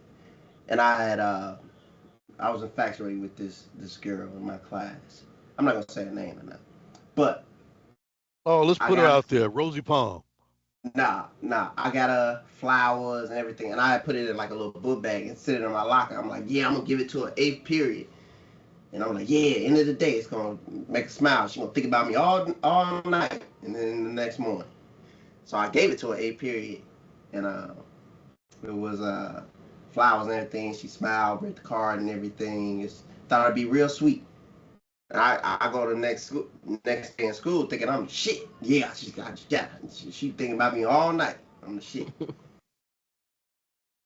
She ended up going with another dude, making him her boyfriend. And then they, of course, guys being guys, talking shit. Oh, Brandon just tried to do this to get some of that pee. Talking shit to all school, and just crushed my whole spirit. I'm like, damn, that's fucked up. And I'm like, damn, should I try in my head? I'm like, damn, should I try again? And then within before the school year even ended, that very same dude cheated on her. So I'm like, I'm like, yeah, bitch. In my head, I'm like, yeah, that's what the fuck you get. And I'm like, should have chose a real one. Nah,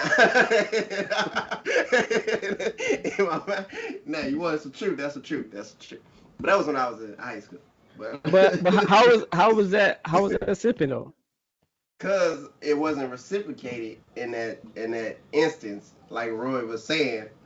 But I was like so infatuated, I was still thinking about like, man, I should go do something else.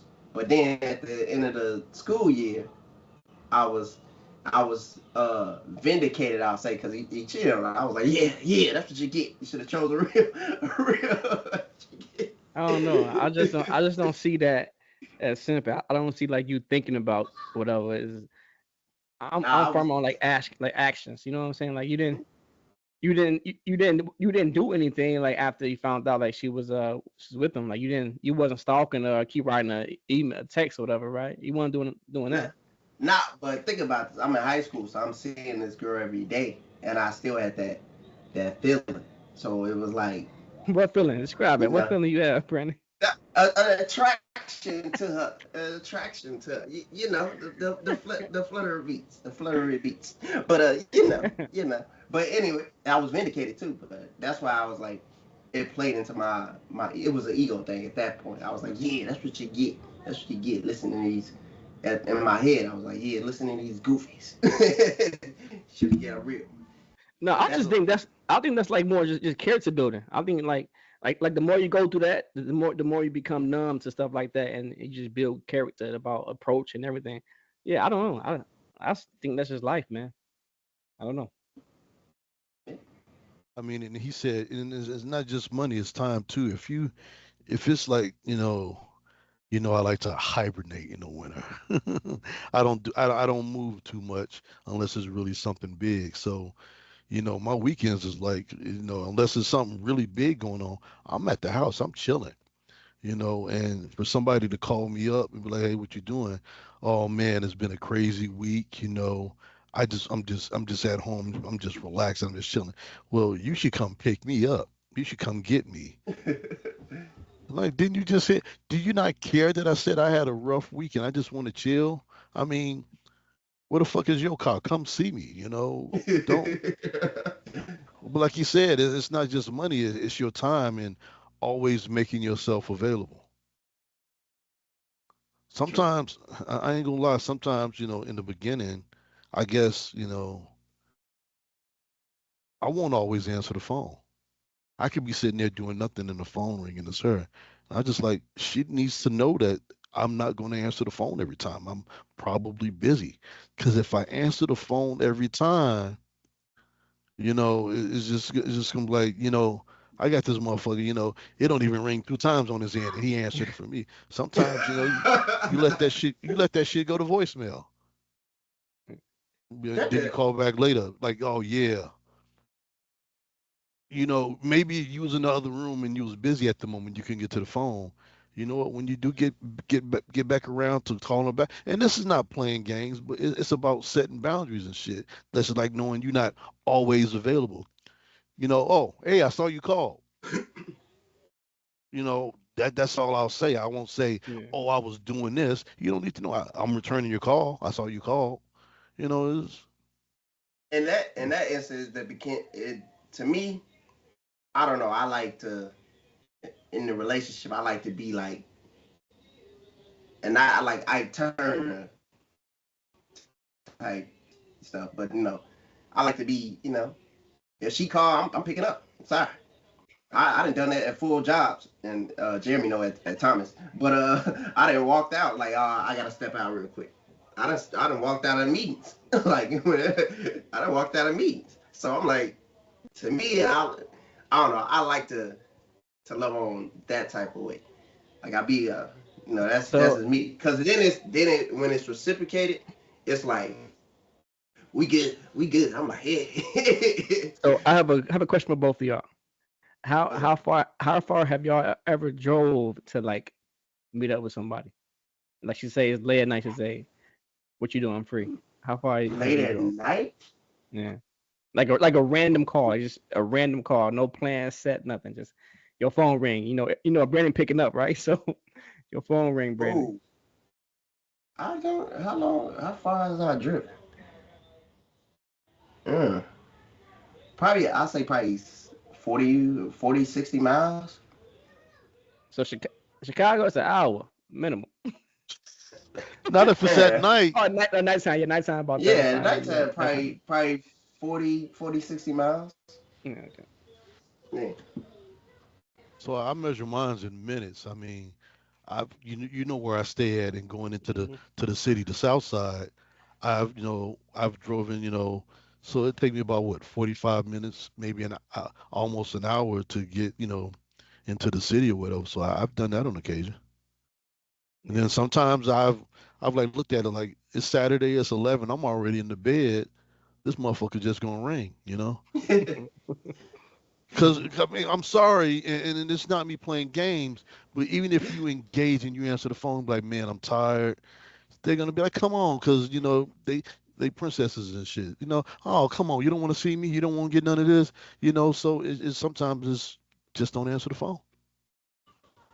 Now he know if LMA call on that phone, I'm getting you booed up. he know, he know, I he ain't know. gonna trip. I'm gonna hit that shot clock. I'm naming every song she done made. God damn it! That man they play a whole music catalog on the way to her house. Right. And I'm gonna make up a diss song for Tatum too. She called me at 1. I got there at 2. um, let's talk about boundaries. I'm a big person. I don't like surprise visits. I don't like people popping up in my house. Literally happened one Saturday. I'm sitting there, and my doorbell rings. I'm sitting in the living room. I immediately mute my TV, and I go upstairs to look out the window to see who it is. And it's this girl. I can see her car in the driveway. I'm like, what the fuck? Just coming out here, whatever the fuck, popping up, not saying nothing. So I knew exactly what was going to happen. Next thing you know, my phone rings. So I answer it, and I was like, she's like, I'm at your door. I was like, man, I'm not at home. I'm in the city. She's like, for real? So while she's saying that, I knew like sure as shit. I went in my bedroom, closed the door, went in my master bathroom and closed the door. I literally stood in the shower because I knew what she was going to do next when I told her I wasn't home. She rang the doorbell.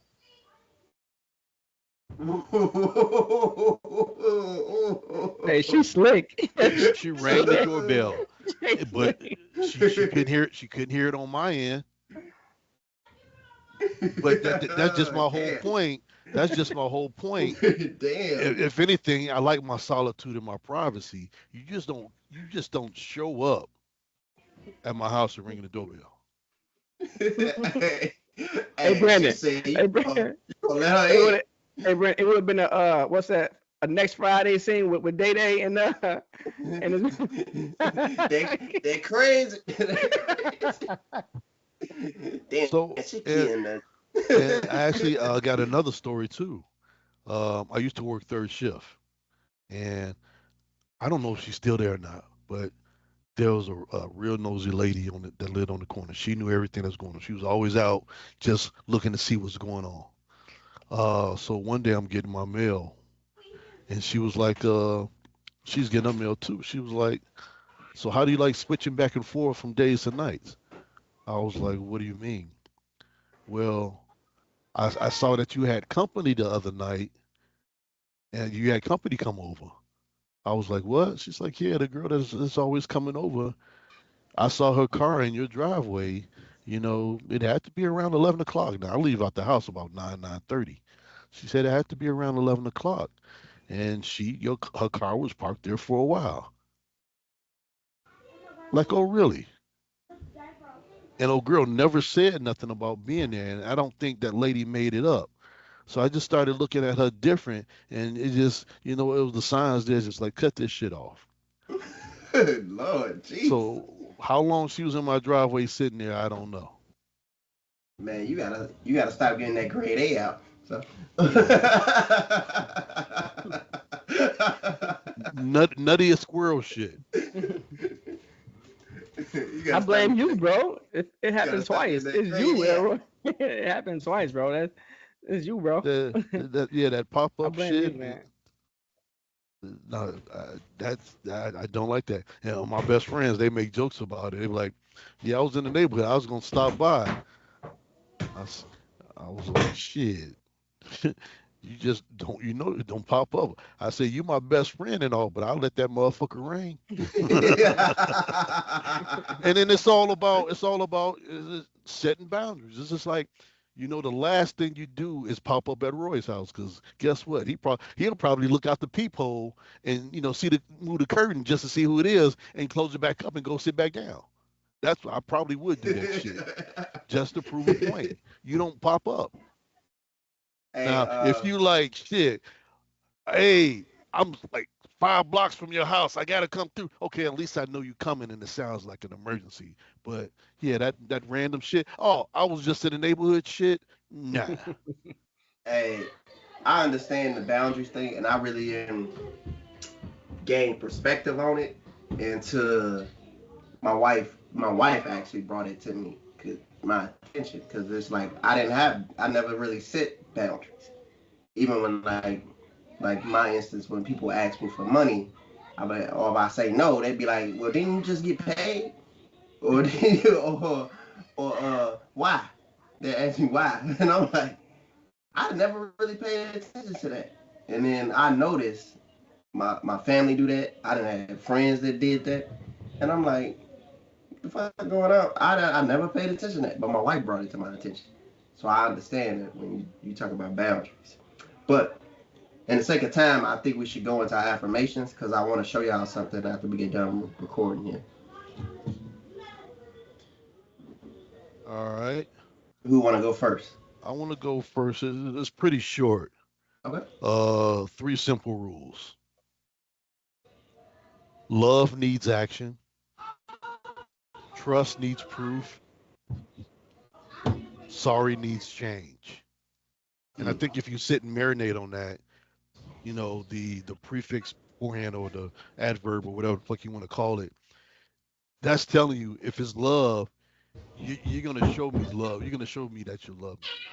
You're gonna show me that you trust me. And if you apologize, that means you should never commit that same action again. So you can say it all you want, but it's the actions behind it that prove it to be true. Exactly. That's I wonderful. like that. Hey, Brandon, go ahead, man, because I don't have one this time. So Okay. take it Well, home. I just want to say because we was talking about Black Lives Matter and all the DEI crap that goes on. Uh, I'm just gonna say this for the Black lives out there. Your voice matters. Your life matters. Your dreams matter. Take that to heart. It's pretty self-explanatory. And my next one is blackness is beautiful. Your existence is revolutionary. And the one that really works for me, love, unity, and strength should always be your foundation. And that's my 3 there. Okay. All right, fellas. It's been another It's time to wrap it up. another fun week of What the Fellas Think, episode 40, and I do mean 4. 1, 2, 3, 4. Another it's a milestone for us. So I hope our audience out there has been entertained, inspired, and informed. Juicy episode for you. We thank y'all for listening. Like, comment, and subscribe. There you go.